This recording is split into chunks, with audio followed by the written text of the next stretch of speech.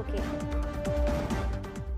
அண்மை செய்தி ஜோலார்பேட்டை அதிமுக வேட்பாளர் கே.சி. வீரமணியின் வேட்புமனுவில் முறைகேடா பிரமாண பத்திரம் தாக்கல் செய்திருப்பதாக புகார் தெரிவித்த நபர்கள் மீது தாக்குதல் நடத்தப்பட்டிருக்கிறது. கூடுதல் தகவல்களை எமது செய்தியாளர் மகேஷ் வழங்க கேட்கலாம்.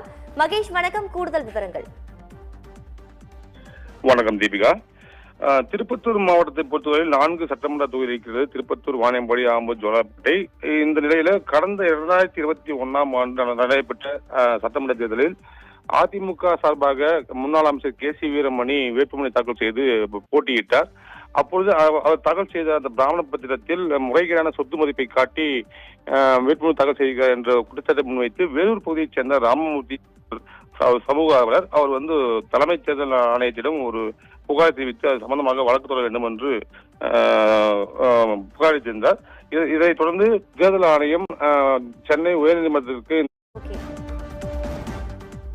அண்மை செய்தி ஜோலார்பேட்டை அதிமுக வேட்பாளர் கே.சி. வீரமணியின் வேட்புமனுவில் முறைகேடா பிரமாண பத்திரம் தாக்கல் செய்திருப்பதாக புகார் தெரிவித்த நபர்கள் மீது தாக்குதல் நடத்தப்பட்டிருக்கிறது. கூடுதல் தகவல்களை எமது செய்தியாளர் மகேஷ் வழங்க கேட்கலாம்.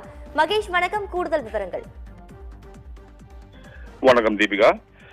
திருப்பத்தூர் மாவட்டத்தை பொறுத்தவரையில் 4 சட்டமன்ற தொகுதி இருக்கிறது. திருப்பத்தூர், வாணியம்பாடி, ஆம்பூர், ஜோலார்பேட்டை. இந்த நிலையில கடந்த 2021ஆம் ஆண்டு நடைபெற்ற சட்டமன்ற தேர்தலில் அதிமுக சார்பாக முன்னாள் அமைச்சர் கே.சி. வீரமணி வேட்புமனு தாக்கல் செய்து போட்டியிட்டார்.